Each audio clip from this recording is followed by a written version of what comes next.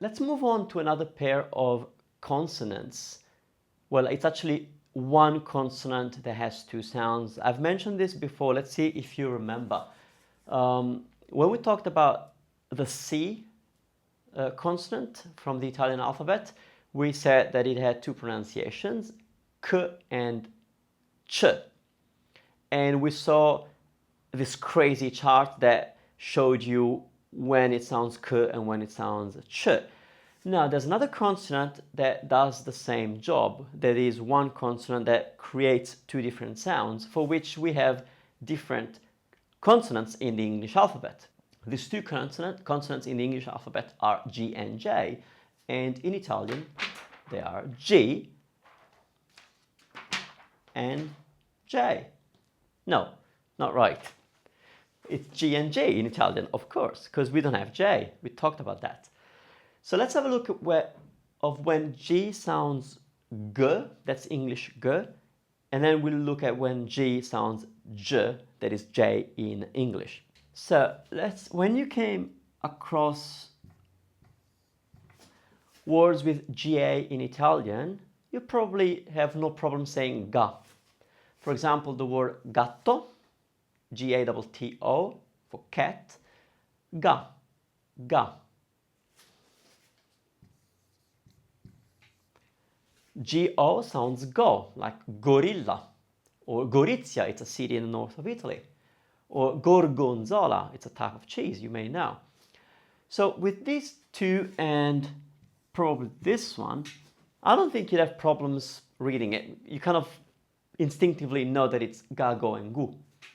And you would be right, just like you would have been right with ka, ko, and ku. Now, let's have a look. We're going to just jump to the J.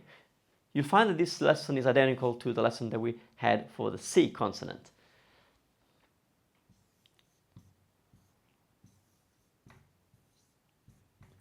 Italian has those combination of sounds, GI and GE, that sound G and J. A word with J would be, for example, the city of Genova. A word with G would be Giro, as in Giro d'Italia, which is the tour of Italy they do with bicycles. Anyway, so G and J, G and J, G, J. Now, just like we talked for the C, if these two sounds are G and J, they cannot at the same time be G and Ge, because they're G and J. And Italian is a phonetic language, one sound for one writing or one letter for one sound. So if these are G and J, how are we going to end up with Ge and Gi so that we can have the complete Ga, Ge, Gi, Go, Gu? Well, simply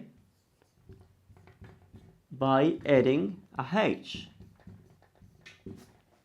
like we did earlier for Ke and Ki. So that G is a silent G, and it's only there to tell you that the G sounds G. Otherwise, without the H, it would sound J, like here. So words that can help you remember would be the word ghetto, which is spelled the same as English, as G-E-E-T-T-O, ghetto. Or you could use the word spaghetti, spaghetti. Pick whatever word you're comfortable and you're sure that you will remember in Italian that can work as a template, because once you remember that spaghetti is spelled with GHE, you know as a rule that anytime you get the G sound, you're going to spell it that way. Now let's move back to the G when it sounds J.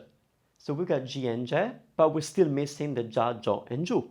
So what did we do earlier with the C when we had Chi and Che, and then we created Cha, Cho, and Chu? Well, we took the Chi combination, Ci, and added the other three vowels. And we ended up with Cha, as in ciao, spelled C-I-A-O.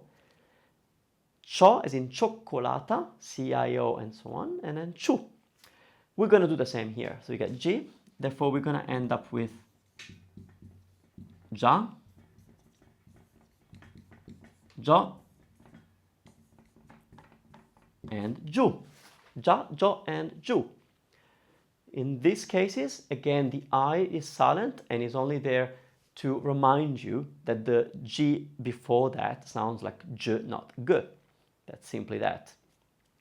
Now, I often hear the I pronounced, and that would be incorrect. You don't pronounce the I. So the name Giovanni is pronounced Giovanni and not Giovanni. The name Giuseppe, it's pronounced Giuseppe and not Giuseppe. So if you're pronouncing that way, just fix it so that when you go to Italy or when you speak to Italians, you're saying it right. Già would be part of the verb mangiare, to eat, and you'll often hear Italians tell you mangia, mangia, which means eat, eat. And that concludes the lesson on G and J.